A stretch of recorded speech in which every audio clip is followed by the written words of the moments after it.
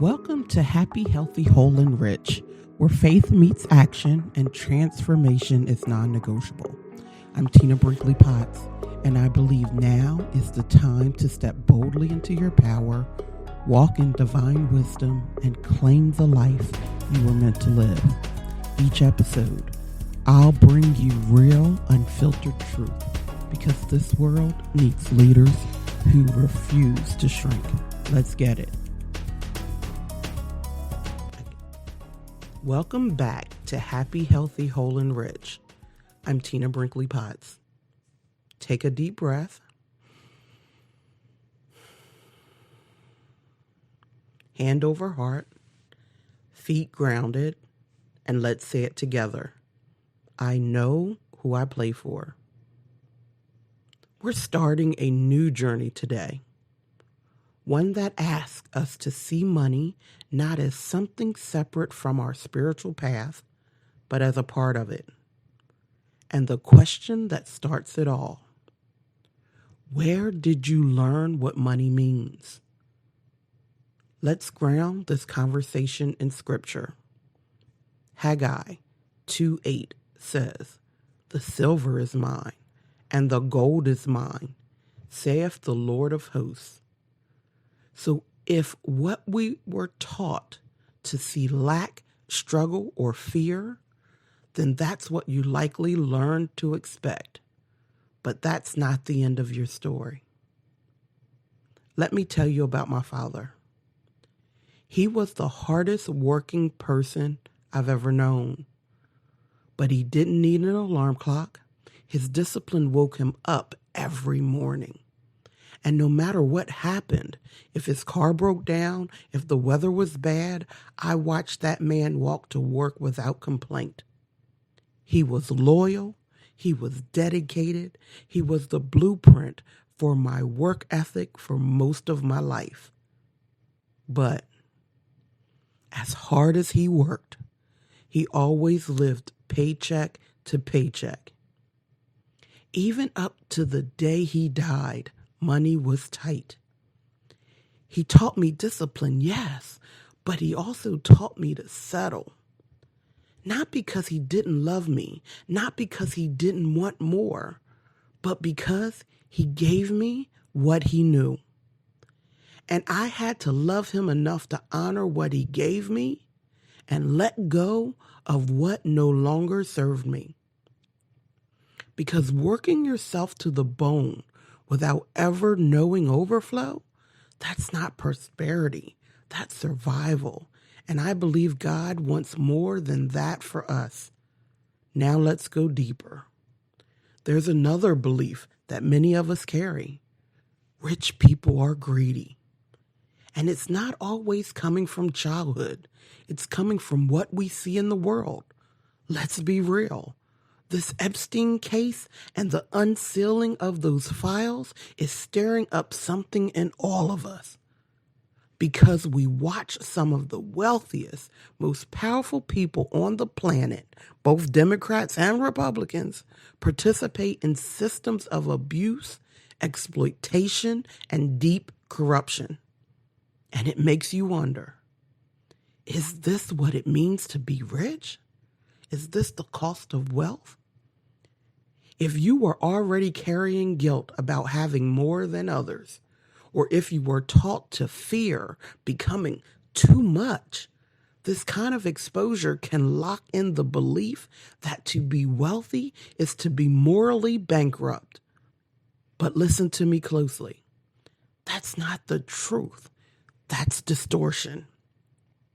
What you're seeing is not the byproduct of money. It's the byproduct of disconnection from source. Greed is not a symptom of wealth. It's a symptom of spiritual poverty. And I had to reclaim that in myself. I had to learn that my wealth doesn't have to look like their wealth.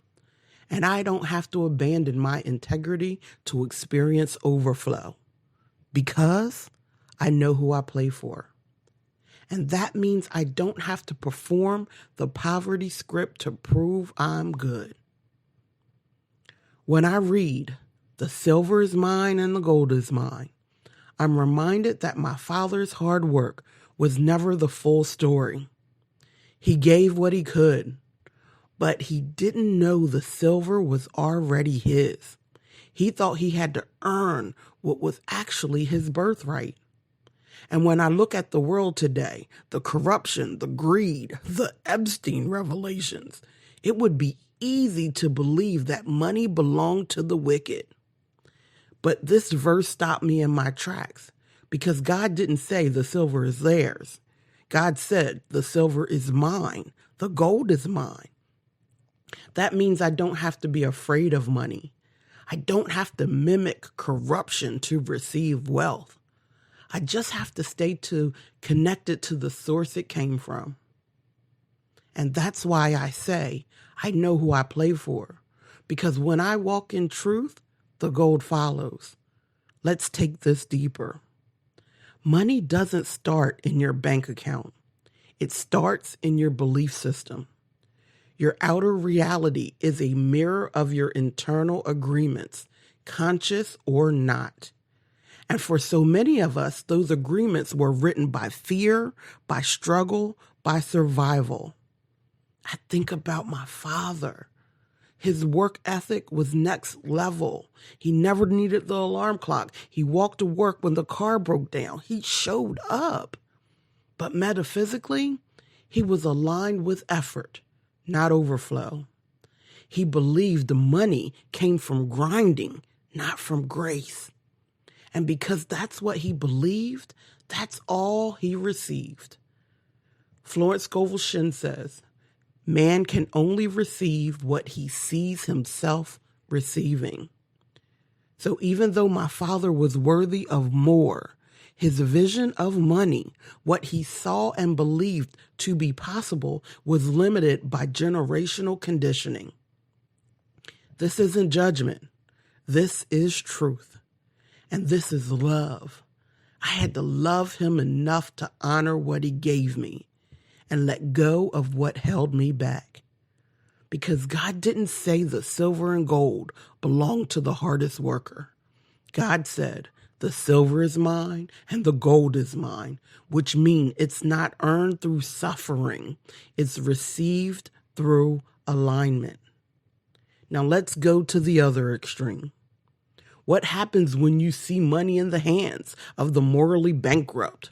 Let's talk about it. This Epstein case, these names we're seeing, some famous, some powerful, some rich across party lines. It's devastating. It plants the subliminal message in our minds. See, rich people are corrupt. Money makes people evil. I want to be good, so I'm going to stay small. But listen closely, because this is where metaphysics brings us back to truth. Neville Goddard teaches, change your conception of yourself and you change the world. You don't have to inherit your father's struggle, and you don't have to mimic the world's corruption. There's a third path, the path of wholeness. And when you know who you play for, you remember that money isn't evil, it's neutral. Money isn't a corrupter, it's an amplifier. And when it flows through someone disconnected from love, it magnifies destruction. But when it flows through someone like you, like me, connected, whole, devoted, it becomes a channel for healing, beauty, and justice. So let me say it plain. Money in the hands of the greedy builds empires of control. But money in the hands of the healed, it builds heaven on earth. That's why we have to release the shame around receiving. Because if we don't, we leave wealth in the hands of those who don't play for what's good. You can be rich and righteous. You can be prosperous and pure of heart. Because I know who I play for, and my wealth will reflect that. So let's slow this down and really reflect. Because rewriting your money story isn't just about mindset. It's about returning to the truth. This isn't about blaming the past. It's about seeing clearly so you can choose differently. Take a deep breath.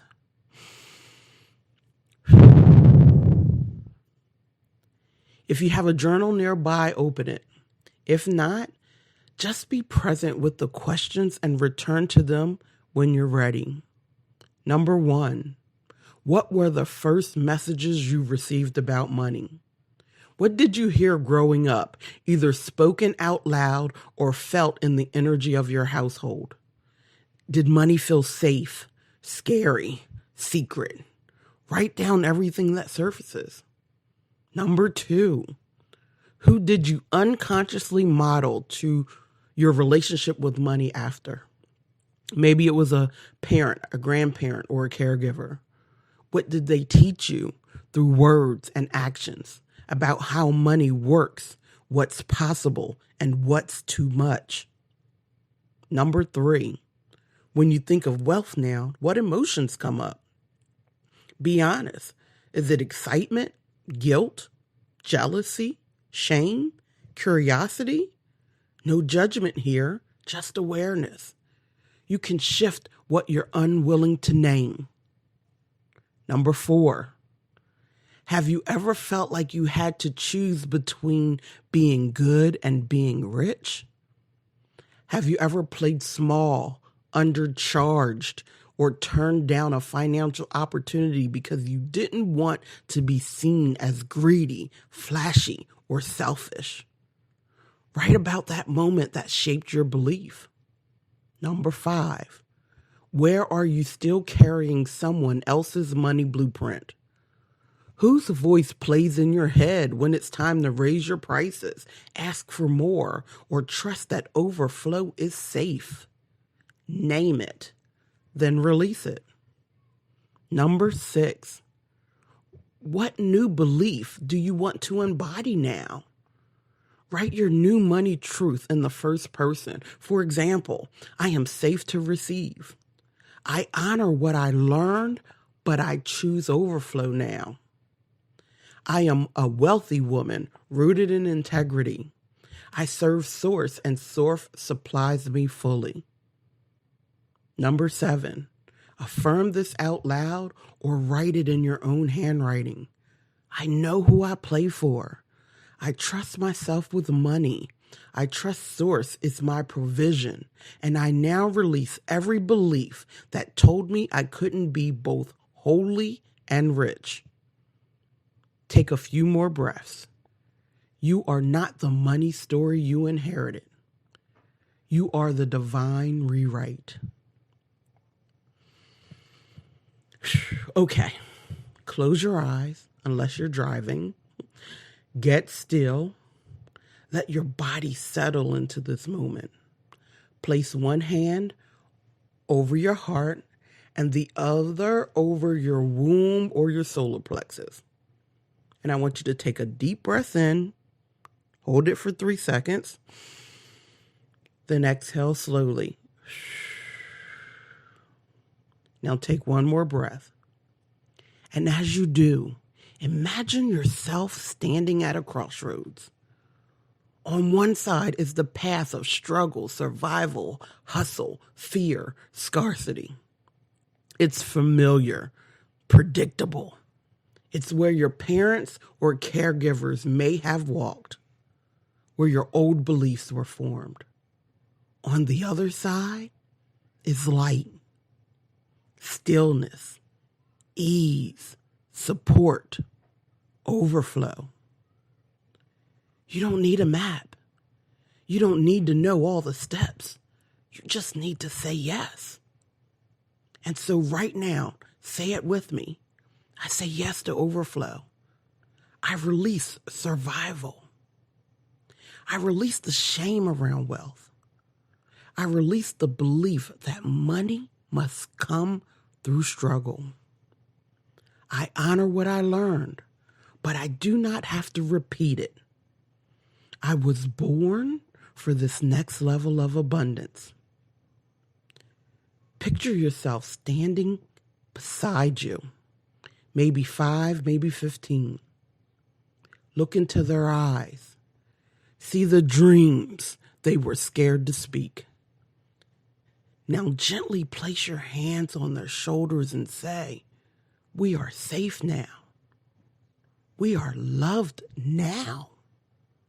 And we are worthy of wealth that feels like peace. I won't make you hustle for love anymore. I won't make you prove your worth through exhaustion. I trust you. I trust Source. I trust the flow.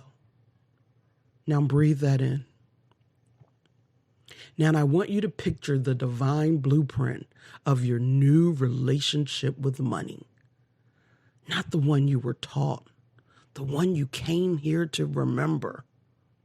It's light. It's gold. It's wrapped in love. It blesses everyone it touches. It feels generous, safe, expansive, quietly powerful. This is your true money story. Now repeat these final affirmations with me. I know who I play for. And I trust that my wealth will reflect my wholeness. Money is not my master, it is my mirror. I am the sacred channel through which overflow flows. I am open, I am ready, I am free. Now let your shoulders drop. Let your jaw unclench. Let your nervous system believe you. You don't have to grind to prove you're worthy of gold. The silver and gold already belong to Source, and you belong to Source too. Stay in that space for as long as you need, and when you're ready, gently open your eyes. You did something powerful today. You didn't just listen. You looked at the blueprint. You honored where it came from, and you chose to rewrite it. Let that settle in. This is not just a podcast. This is the reclamation. You are not here to repeat generational struggle. You are here to embody generational wealth. Not just money, but wealth of spirit, peace, purpose, and yes, prosperity. So I want to invite you deeper. Come share your reflection from today's episode inside the Healthy and Whole Rich portal. There's a journal prompt waiting for you. There's a community that knows what it's like to unlearn the old stories and rise into overflow. And there's space for you to be seen, supported, and celebrated as you grow. In our next episode, we're going to explore a question that holds the key to unlocking even more. Is it safe for money to love you? You're not going to want to miss it. But until then, say it with me one more time. I know who I play for, and my wealth will reflect that. Stay happy, stay healthy, stay whole, and stay rich. If this message spoke to you, don't keep it to yourself. Share it, live it, and let's grow together. Head over to happyhealthyWholeRich.com for more powerful teachings and join the movement. Remember, your breakthrough is waiting, but you have to show up.